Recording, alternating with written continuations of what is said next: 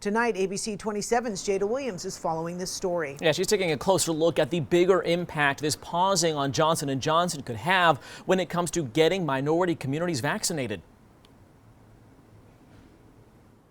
Well, here in Tallahassee, health and local community leaders say that this pause will make it harder to get people to get convinced to go and take their COVID-19 vaccine, especially those living in the communities that are most impacted by COVID-19.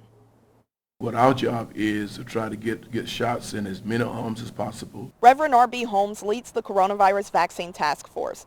Its goal, encouraging African Americans who are skeptical about the vaccine to get the shot. We have a very robust, very dynamic grassroots campaign where we are literally knocking on doors.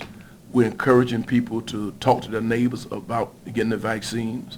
We know there's some hesitation, some reluctance. He says now that the Johnson & Johnson vaccine is on pause, it makes their job tougher, but not impossible. We're committed to bringing together trusted voices again, because it's going to be people I trust. You know, they're going to say, okay, I'm going to do this. And trusted venues. Members of the task force, like Talithia Edwards, say the Johnson & Johnson shot initially helped with hesitancy in the community, where access is not as easy to come by. Johnson & Johnson has lowered people's inhibitions a lot because it is that kind of one and done. I don't have to go back and I get one shot, I deal with the symptoms, and then I can kind of move on and I'm done with it. As the Center for Disease Control and the Food and Drug Administration look into the Johnson & Johnson vaccine, Bond Community Health CEO Dr. Temple Robinson says you should feel encouraged by the investigation. I feel good that the Johnson & Johnson will not be released again fully to be used until we've drilled down on what is the cause, is there a cause? Until then, Reverend Holmes says he'll continue to preach the benefits for all, especially African Americans, to be vaccinated. I believe in these vaccines.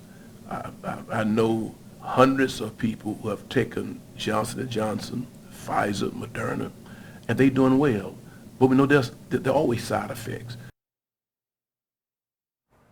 The coronavirus vaccine task force will also create community-focused groups made up of teenagers as well as millennials, and it's all to get them to convince their peers to take the COVID-19 vaccine. In Tallahassee, Jada Williams, ABC 27.